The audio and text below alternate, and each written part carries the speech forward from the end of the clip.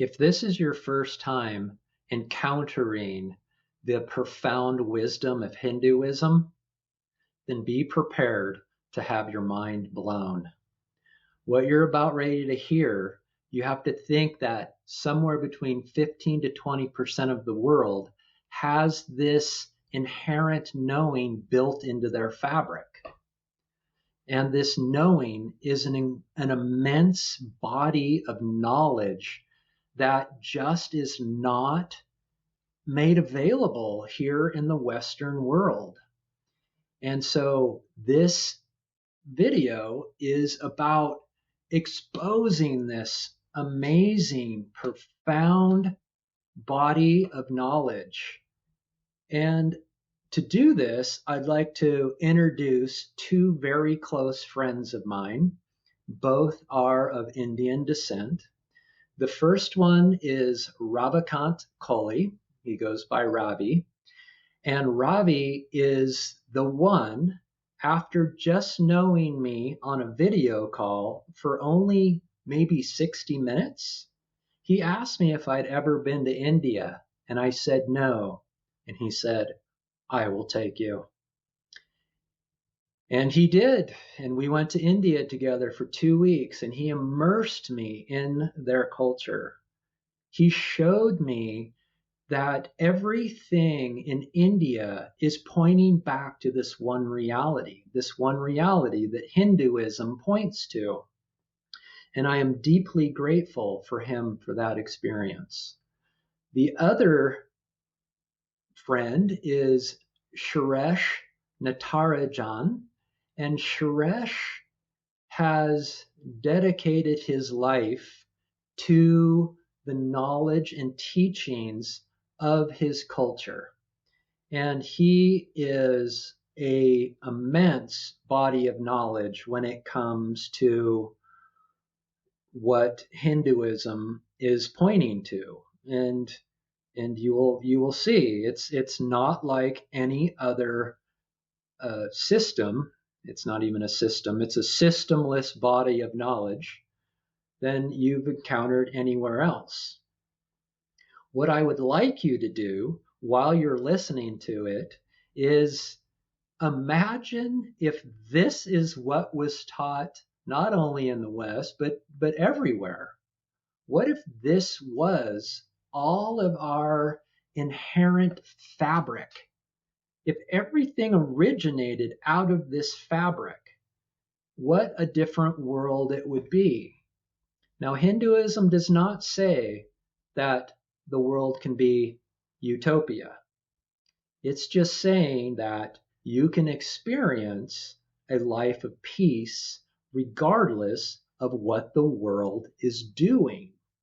And that happens because there is an absence of the sense of individualism. So there's an absence of self-interest, of egoic interest. And in that absence of egoic interest, all that is known is the collective. So everything you're doing is for the good of humanity, just not how I can better myself. Imagine what the world would look like if that was the case.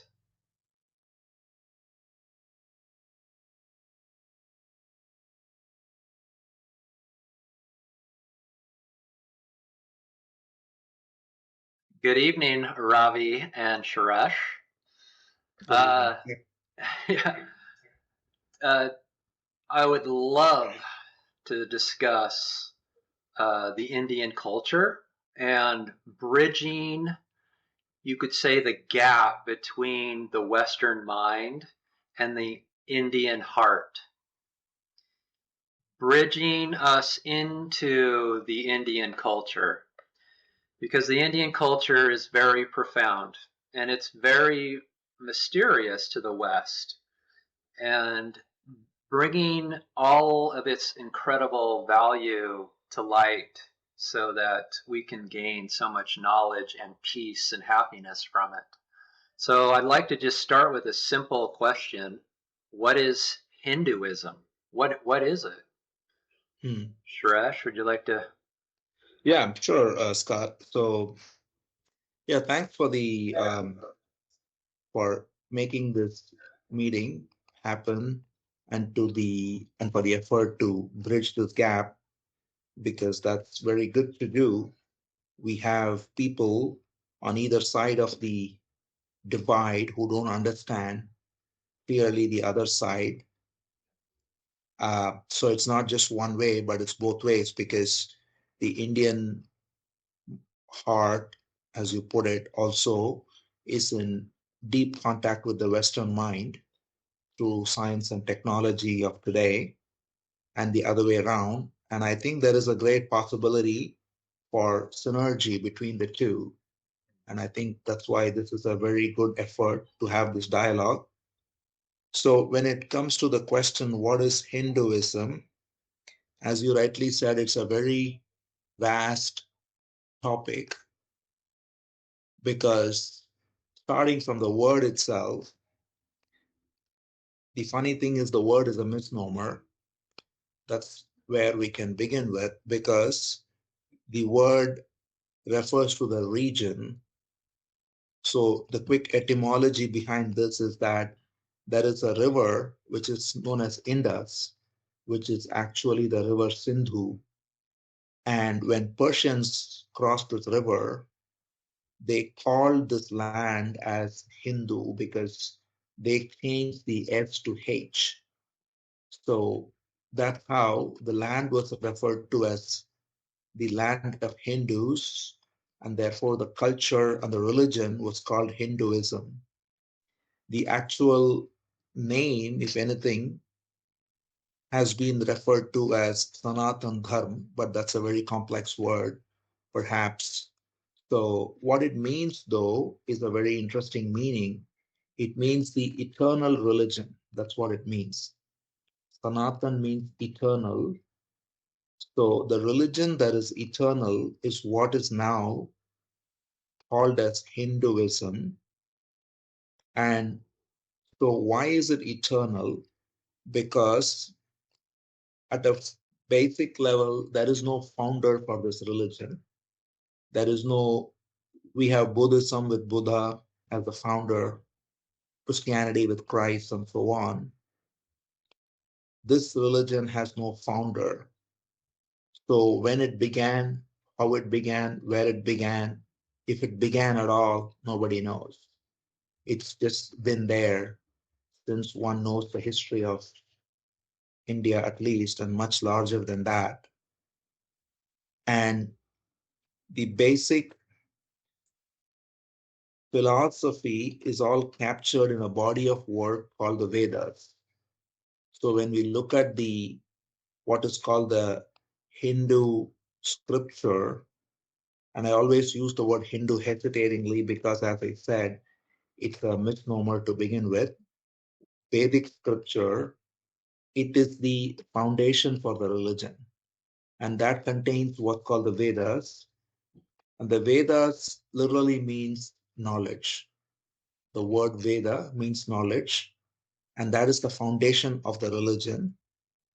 And the Vedas have different branches to them, and these branches cover all aspects of life. So there is the observation of the various elements that are present in this universe, and deification of the elements. There is the aspect of living in harmony with nature, and there is the element of engaging in various activities to live a harmonious life. But at the foundation of it all is what is called as the Upanishads, which is the foundation of Vedas, or the essence of the Vedas, which is the revelation that everything there is divine. So the whole essence of Vedas and the Vedic culture and the Upanishads is all summarized in what is called as 4 sentences. They are called the 4 Mahavakyas. And those 4 sentences, each sentence is only 2 or 3 words, so it's going to be easy. Mm-hmm. Okay, it's the length of the sentence, not the meaning though. Now, if we understand these 4 sentences, we have understood all of what is called as Hinduism, and in fact, all of religion itself. So the first sentence is Prajnanam Brahma. What it means is 2 words. What it means is the supreme truth is awareness. So at the essence of all this inquiry of Vedas, where the rishis, the sages, looked at all the elements, the 5 elements of nature, the various forces, and the various aspects of one's own life, the various living entities, they reduced it all to essentially the truth that everything springs out of awareness. It is awareness that is the ground of being from which everything comes forth. So therefore, they said Brahma is the word for God or for divinity or for that which is infinite. That is actually a better translation. So they said the first sentence is, as I said, Prajnanam Brahma, which means awareness is infinite and it is divine. Then they said, the next sentence they said was very radically, Aham Brahmasmi. They said, that infinite I am. So Aham means I, Brahman is infinite. So they define the infinite as pure awareness. And the next sentence is, I am that infinite, Aham Brahmasmi. Because the next step they made very logically was, if infinite awareness is all there is, then whatever makes me me has to be the same substance that makes the universe. So I may look at myself as this body, look at myself as this mind, look at myself as the intellect, but essentially all of these we can clearly see are changing all the time. And what remains constant is the sense of awareness. So therefore, they said, Aham Brahmasmi, I am that awareness. And to drive home that point, they had 2 more sentences, which is, I am Atma Brahma, which means what you consider the individual soul is infinite. And the last is Tattvam Asi, which means, therefore, thou art that. It's a very famous statement, Tattvam Asi, thou art that. So these statements, called Mahavakyas, form the ground of what's called Hinduism. And everything comes forth out of that. So then what the rishis, the other thing about Hinduism is, as I said, it has no founder, and yet it was developed by the rishis. Rishis literally is a beautiful word again. One who sees is a rishi. The word, the literal etymological meaning of rishi is the one who sees clearly. So those who saw, they saw various things and they recorded them, and that's how this body of knowledge grew over time. So they saw these 4 statements as the essence of what's Hinduism. And then they also saw that every activity of human life has to be dovetailed to make this realization a living reality. Because the normal tendency of, as we know, all species, all animals, all starting from ants to reptiles to birds to 4-legged animals to all the way up to apes, they are all caught in this idea that I am this body.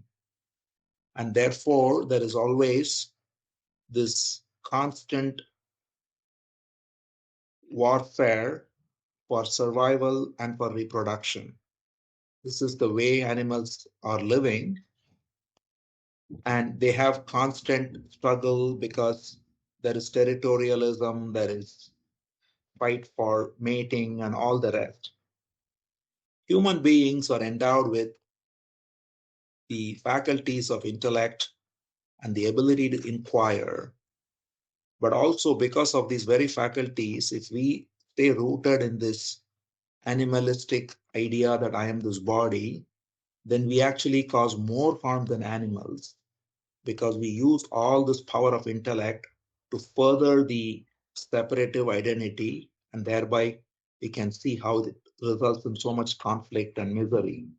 So the rishis said the purpose of human life, to be endowed with this intellect and this ability to inquire, is to transcend the animalistic division, separatism, and recognize the unity behind all of creation.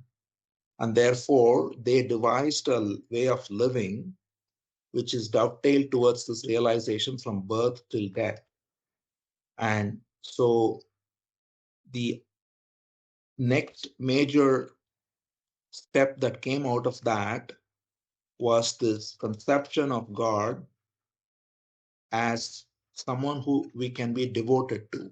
It is technically called Saguna Brahman, that is the infinite which has attributes.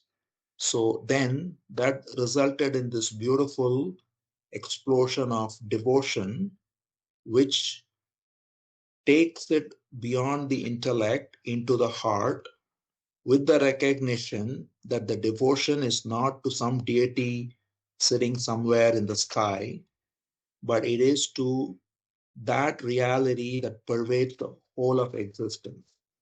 And that reality that pervades the whole of existence is what we call as God. And so there is the way of devotion that came about because of this recognition. And based on that, lots of arts and culture came about. It is said there are 64 arts which are given by the rishis, including dance and music and sculptures and painting and all the rest. And everything is dovetailed towards this one aspect, which is self realization and God realization, which are the same thing. So, all music is to glorify God as our own self. All temples with sculptures are to glorify this very aspect. All paintings. So, the very key difference between Western civilization and the Indian civilization is that Indian civilization is rooted from bottom up all the way till the top with one purpose, which is realization of our true nature as divine. So everything, so the names we have, every name has the inner meaning as pointing to our own divinity. Music points to the same thing, arts point to the same thing, everything points to the same thing. And therefore, the whole culture has this embedded in it. And then on top of that, they also identified that people have different propensities. Some are inclined more towards inquiry, some are inclined more towards devotion, as we already said, some are inclined more towards meditation, some are inclined more towards channeling the energy in the body through breath work and things like that. So, all of these various ways of getting in touch with the infinite were all given expression, and they're technically called yogas. The word yoga literally means being one. And so the oneness that is ever present is realized through all these various ways. So there is bhakti yoga, which is devotion, jnana, which is inquiry, and then karma yoga, which is to dedicate all your actions to realize the supreme as the ordainer of all results, and raja yoga, which is breath work and moving the energy through the channels of the body, so to speak. So with all these various yogas as well, they they gave different sets of tools for different people with different propensities. And with all of this and all the subsequent works that have been brought forth by different sages, different rishis, different saints, the corpus of work kept on growing, and more importantly, the living reality of saints touching the infinite has been present throughout the history. And therefore, it is not something that happened just 2000 years ago to one person or something like that, but it is happening every century. There have been great beings coming forth, re-establishing the truth of the scriptures and re-establishing the validity of the statement that we are essentially divine. And they have lived and shown through their lives the highest perfection of human life as being established in unconditional love with pure wisdom. So that is Suresh, can we probably a pause very there? Can we pause there for a minute?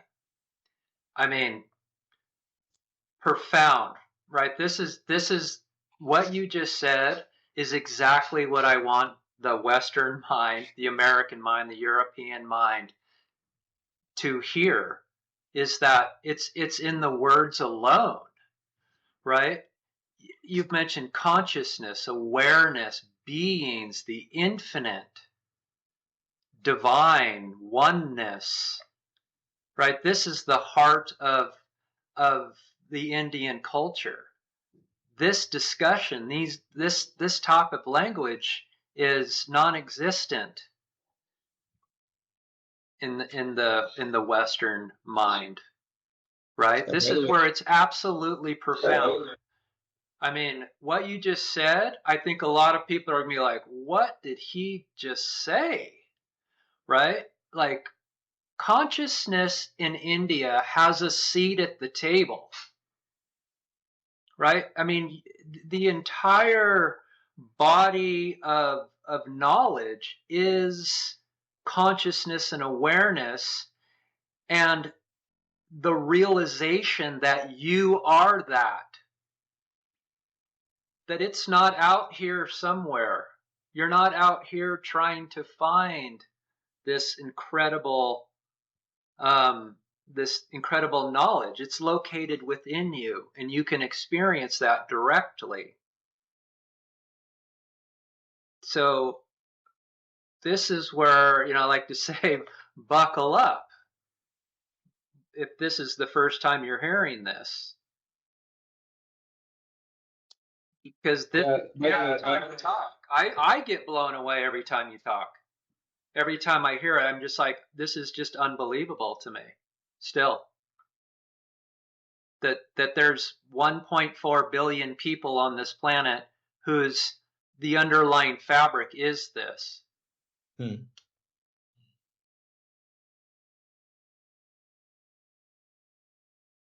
And and it's, if I was to mention to almost anybody over here, consciousness or awareness or self-realization, they'd be like, what? That has no value. Yeah, it's here. Yes, I'm aware. So what? And yet, what is coming out of India, or what India has been for eternity, is no, that's everything. And if you know that one substance, you know all. And that one substance is yourself. yeah.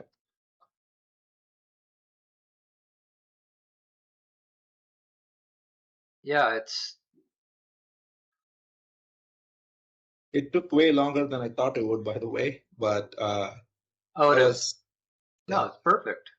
It's perfect because, like we said, starting, it's like this is opening up a can of worms in a way. Like this topic of it is huge. It's so yes, deep. It runs.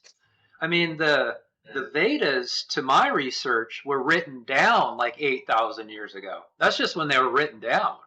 I mean, Ravi and I have had this conversation a lot. Like, they're millions of years old, and we were like, wait, what? They're millions of years old? Well, yeah, they're millions of years old. How's that possible? Yeah, yeah. How is that possible?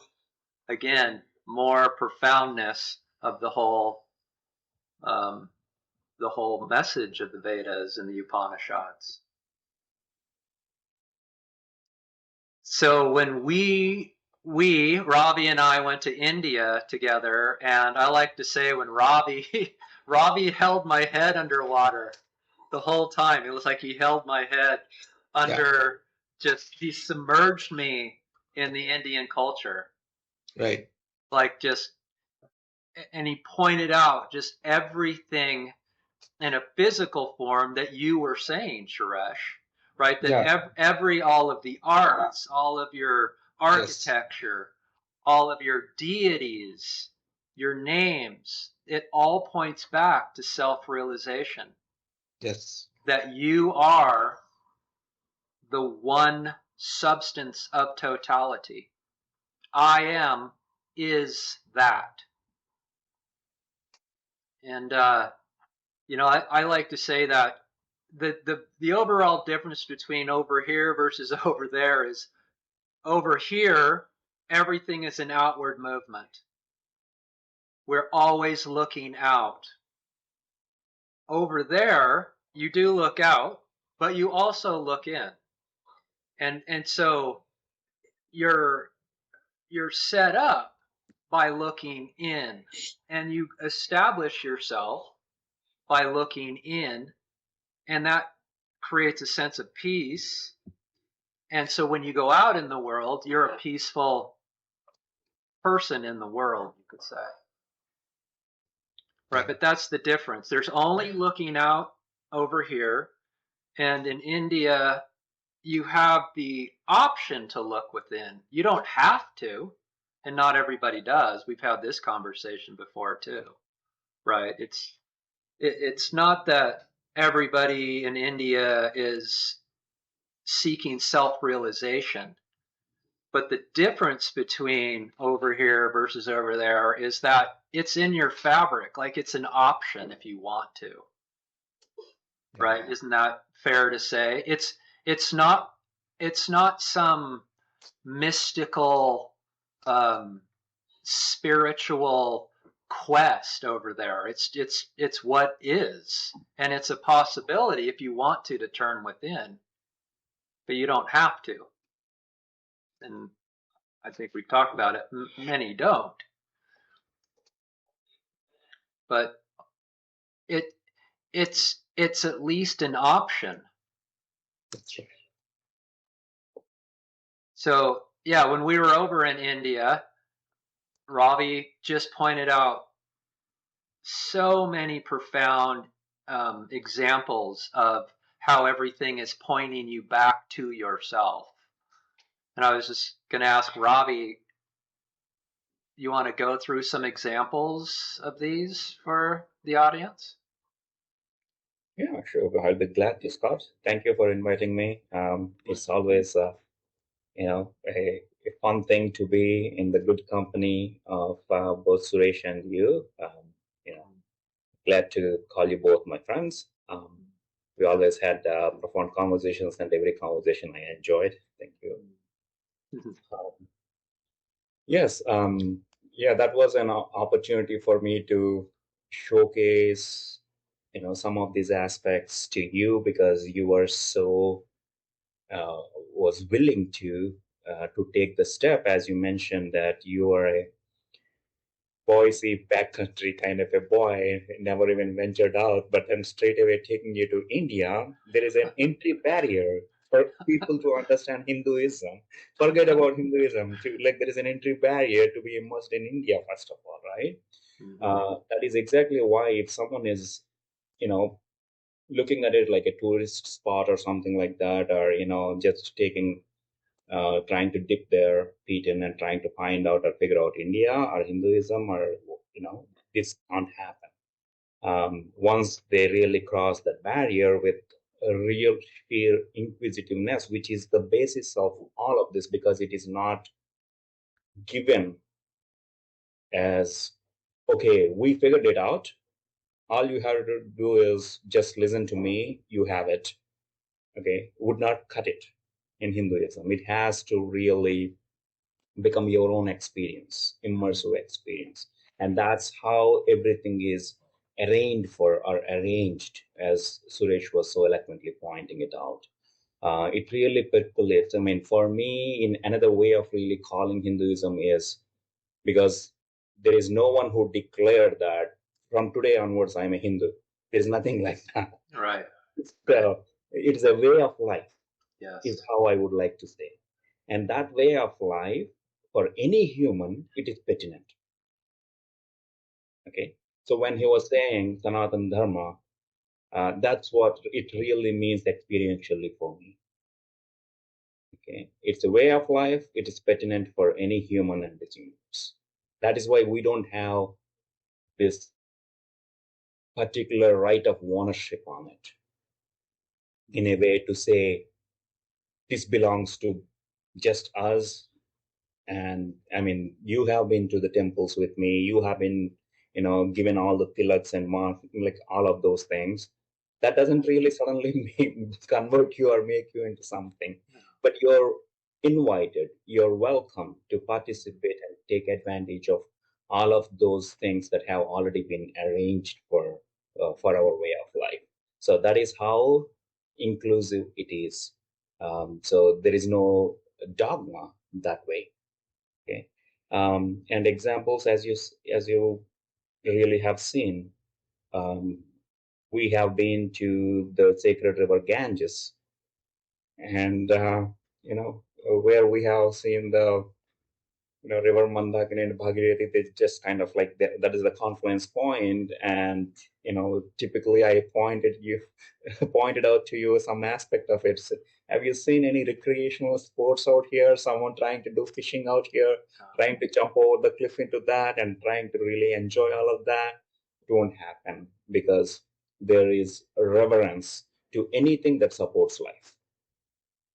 So that is how it has been really passed down to us to say, hey, this is the source of it, this is the knowledge of it, this supports life, and this is how we arranged everything around it. So show that reverence to it. Okay, but that is, no one is going to point a stick at you and say, like, you have to do it. No. Right? And that is how it has been explained, it has been passed down generation after generation, and that veneration is really there. Likewise, we talked a great deal about temples and deity worshipping. There is a big misconception about all of that.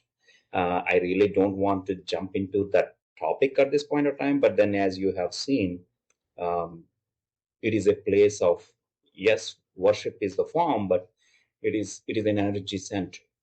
It is a gift from our sages, that art of how to really create these structures that are powerhouses of the energy. And if someone really comes in and then sits there and spend some time to recharge themselves and to calm their mind, I mean, they would be better equipped to go and deal with the outside world also, right? But it is the first primary important point out there is to really immerse themselves and then really kind of like soak in that, to really take advantage of that, whatever the seeking that is the primary aspect of any human life.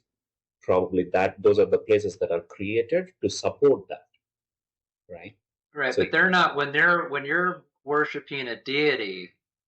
It's still about your being and being in contact with yourself, right? I mean, it's yes, the entity in front of you. You're not praying to it, right? If anything, you're praying to yourself, if you want to yes, use the word praying, exactly, right? yeah. So there is also another eloquent master who pointed it that we don't pray to the deities, we pray through the deities. Okay, that is the same aspect of it, right? I mean, again, yeah, all of that, as you clearly caught on and then mentioned, these are the places that really support that earnest quest, right, in human mind to really seek something higher in terms of like the basic questions. We really start the basic questions of like, the very first question that pops up is who and how all of this is possible, and that only happens during waking state, right? I mean, typically, those kind of questions people really contemplate or remember any kind of that thing. But from there, you can just take it into any extent. You understand? Like, then what is dream world? Then what is deep sleep? But is there a state beyond these three?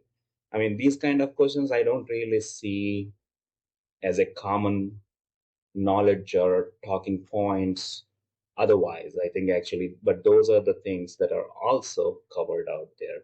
So if you want examples, like, I can give such examples like that. I mean, what would be the conversation around what was all explored, why it is so vast, and why don't we really kind of like recommend anything in terms of like which god to pray or goddess to pray, or whether to pray or not, you know, whether you want to go into the path of different this yoga or that yoga, right? All of that is freedom of spirituality. You are seeking, you go, you find your path, and we have these many support systems. Yeah, you did a really good job the last time we talked about discussing all of your different deities, because you've got a multitude of them, right? And in that multitude doesn't allow for control. But in the multitude comes back to the one. Yeah. Right? All of that multitude is pointing to the one, and that multitude can't be controlled. It's like you can't scale this. Christianity can be scaled. It's been proven.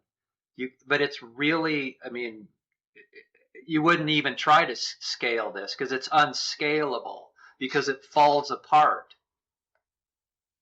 How do you scale yourself? There's only one. Right? So yeah, it's this can't be controlled is a really interesting topic. Yes. And you could go into like when the British occupied India for, what is it, 650 years or 750 years? I mean, hundreds and hundreds of years. No, the overall occupation, like actually, this is a fun fact. I don't know how many people really know about this. There is no other country on planet Earth which has been successively occupied by two monotheistic religions, and still, after that 750 years of total occupation of those two religions, one after another, still emerged or came out to be unscathed in terms of like that majority of them are still practicing the same thing. So, and there is no other country that has ever happened anywhere. After the occupation, say that they became, adopted this one religion or another religion, but they never escaped that vice or that grip. It's like the fabric. It's like your fabric runs so deep that even 750 years couldn't wipe it out. Yeah. It's still here. It will be here for eternity because it is eternity. Yeah. And I don't really want to attribute that to human resilience or, like as if like we are warriors or things like that. No, it is the support or it is the quest for truth within that is so clearly, outshines everything else in the material world, irrespective of like what they're subject to, any kind of atrocities and things like that. And still, that quest really kind of like kindles this fire in that society, the way it is arranged by those many rishis, as Suresh was pointing out earlier. So over the time, it must have been deeply percolated in the way of like how people live in that region, and probably that's what really sustained all of that. Why don't you really quick talk about your name and your brother's name and what it means, and use your names as an example. That's interesting. Yeah, so my name is Ravikant, and we had Ravi means sun, right? And Yeah, Suresh pointed out to me that Kant means, you know, basically magnet. But in my mind, Kant also doubles up as light. So I mean, I always used to think, and probably I liked it that way because I thought about it, like thought in the sense like I understood that meaning as well. So I always thought like Ravi Kant means sunlight. Okay, but Suresh has pointed out Ravi Kant means you know, the one that gets attracted to the sun. Again, that is source of life. Sun is the source of life that has been identified in our society right from the beginning, and we have sun temples, and some of our calendars are based on that observation of with respect to or with reference to the sun and Earth's relation to that. So sun takes a lot of prominence that way. And my brother's name is Srikant, and Shri also has many names. I mean, these are all like derivatives or direct names from Sanskrit, which is another language that is really developed to support the very same thing, to express all of these truths. So Sri can be, you can say both for opulence as well as it's good luck, right? And then Kant is again the one same. Like even if you take it like someone who attracts opulence or good luck, okay, or someone who really radiates good luck or opulence. So that's now. In this case, you use the word light or sunshine. Could you say that that's shining? That's what's shining through. I mean, if you're going in back into the one that shines, right? So it's not sunlight as we know, like from sun. It is the radiance of your being. Is that fair to say? Yes. So yeah, the answer that I gave you was the easy one, but then there is esoteric meaning if you really kind of like get deep down into it. We're talking about your culture. That's what this is all about.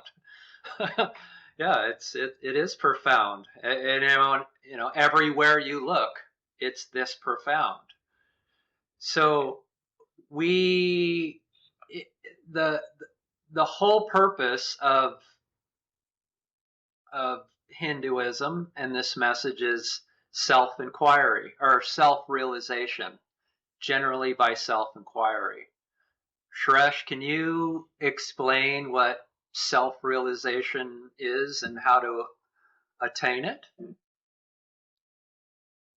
You have to call the easy questions.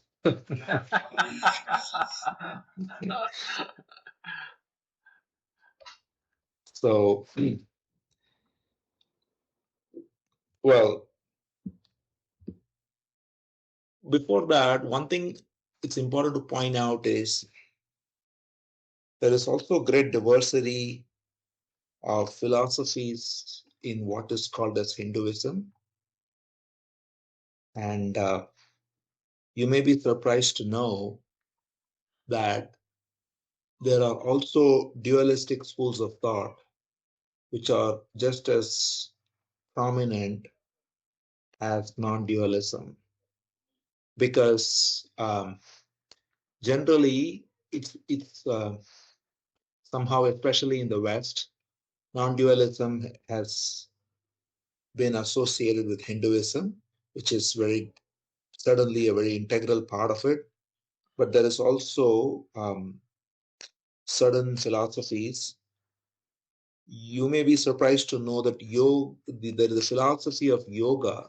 There is a school of thought called yoga, which is actually dualistic in nature, where there is always the division between consciousness and matter. So to tie it back to your question on self-realization and all of this, essentially, if you really boil it down, there is consciousness and there is matter, right? Everybody acknowledges this pretty much. Even the scientists today, for example, they are wondering where consciousness came from. Nobody denies consciousness. They call it the hard problem of consciousness. You may have come across this term. Yeah. And that term is especially famous now because of AI, because they are starting to see that artificial intelligence is manifesting what they think are symptoms of consciousness. And so they want to understand this. And there is a lot of philosophical inquiry into it. So largely speaking, there are multiple schools of thought, and we can summarize all of them and thereby come to self-realization also. The scientific reductionist view is consciousness came from matter, right? That is what they think. They think that there was some explosion of matter after the Big Bang, some magical reactions happened, and nothing happened for 10 billion years, and then suddenly Earth came about, and then suddenly life came about, and consciousness came about through some chemical reactions. And they're trying to figure out the source of that. This is the scientific view, which has been highly questioned by the scientists themselves now, because quantum physics, for example, points to something that is very different from this understanding of what used to be classical physics. There is a traditional religious view, which is what Christianity espouses, Islam, perhaps same thing, is that consciousness, they call God as they presume God is conscious, so they the consciousness is original, and then he somehow magically creates matter. And where does matter come about? Nobody knows there. They seem to think matter is there, and consciousness, God is consciousness, and God creates matter. The dualistic schools, as I mentioned in India, Sankhya is one. They posit that consciousness and matter are always there eternally, and they interact with each other. Whereas the non-dualistic school, which is what goes to self-realization, is that matter is simply an expression of consciousness. So consciousness is all there is, and what we call as matter is simply an expression of consciousness. And this, interestingly, is borne out by quantum physics as well, because quantum physics increasingly points out that energy becomes mass and it's interchangeable, as we know. So, due to various discoveries, that seems logical. So, if that is, at least that is not proven by science, but the view of the mystics, the rishis, is this, that consciousness is primary and matter is only an expression of consciousness which comes and goes. And it is non-different from consciousness. That is the most important thing.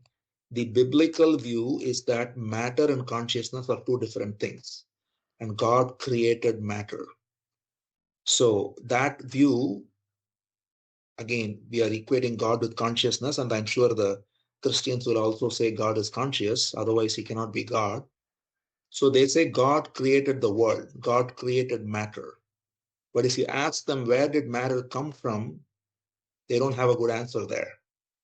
Whereas what the Vedantic view is saying is that matter is something that emerges out of consciousness itself as an expression. And therefore, if we recognize this, then who are we? That's the question there.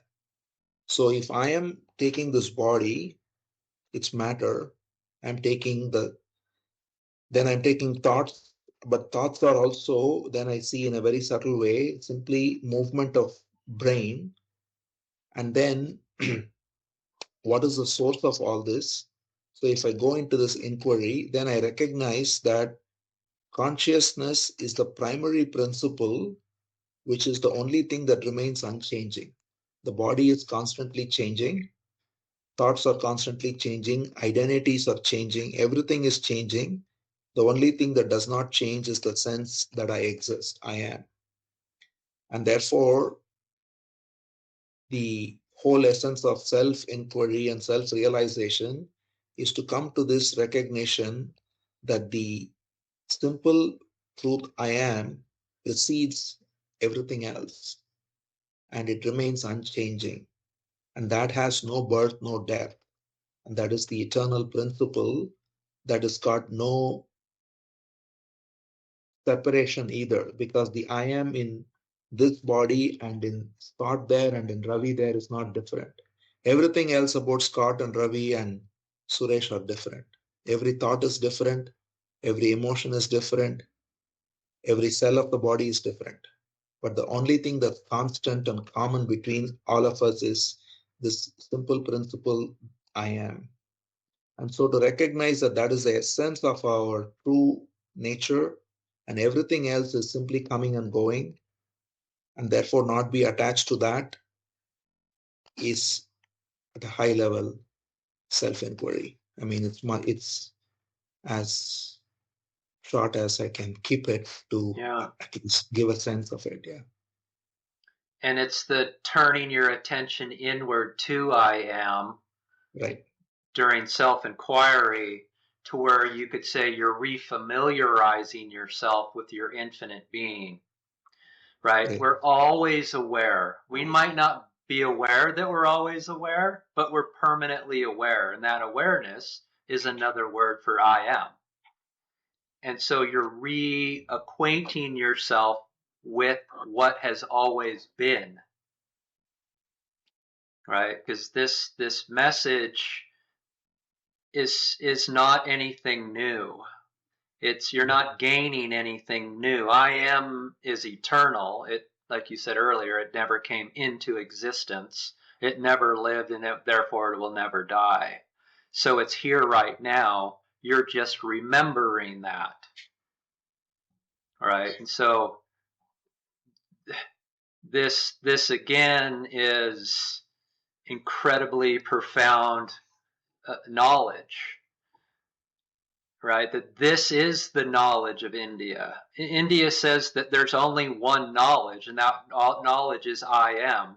And anything other than I am is false knowledge. So over here, when we study and we create a conceptual knowledge, it's like the most successful ones over here know the most, you could say. The more you know, the better off you are, right? That's all conceptual knowledge. But according to the Indian scriptures, all of that is false knowledge. All conceptual knowledge is false knowledge. And when you release and relinquish all that remains is the non-conceptual knowledge of yourself, the only knowledge. And in that one, all is known, the paradox. Right? Is that a pretty good description of how to attain it, or the understanding of attainment? Yeah, that's a very good description. Yeah, absolutely. Yeah, just one thing I want to add. I don't think anyone from the perspective of Indian way of looking at this thing as a I am as the knowledge of self, right? They would never take that hard step or actually call it any other knowledge as it's a false knowledge or things like that. They won't take that confrontational way of coining or labeling something. But what it really offers is for someone to really test it. So know yourself. Okay. So through that, then one would know what is the truth and not. So they know for sure what is truth and what is not. But there is no one to call out that in comparison, everything else is false knowledge. That is the vital difference. It's fair. Yeah, so it's like, how can you expect to know anything else if you don't know yourself first? Yes. Right? It's like removing the number 1 from the number line and then thinking you know what a 2 and a 3 are. And yet that is what, you could say modern society is all based on. Everything other than the one. And then we we scratch our head and think, why is this going so wrong, you could say? Why is there so much chaos in the world? Well, because we don't know ourselves first. If we all knew ourselves first, there wouldn't be the world as it is right now. The world would be here. We're not saying it would disappear. It just wouldn't be what the world is, because we would all know ourselves as the world, and therefore you lose the ability to hate and harm the world, because you're only hating and harming yourself. Right. Well, I think your website and the name that you have given to it, Love Outpouring, that ought to tell something about this, whatever Suresh is talking about, that I am, the essence of our true nature, is all pervading and it is the one and the same. That means there is no duality in it. I think in its purest terms, even though it can't be defined, but what one can say is love is no separation. Right. So if you really kind of like merge those two things, I think you both are talking about the same thing. So Yeah. Here you go. Probably that is what is the prescription, or what needs to be prescribed for the society. Well, let's wrap it up there. I mean, it's a great starting point. And for those of us who are just encountering this message, you can tell that the words and the language and the approach is literally 180 degrees different than what we've been taught. It is. It's 180 degrees.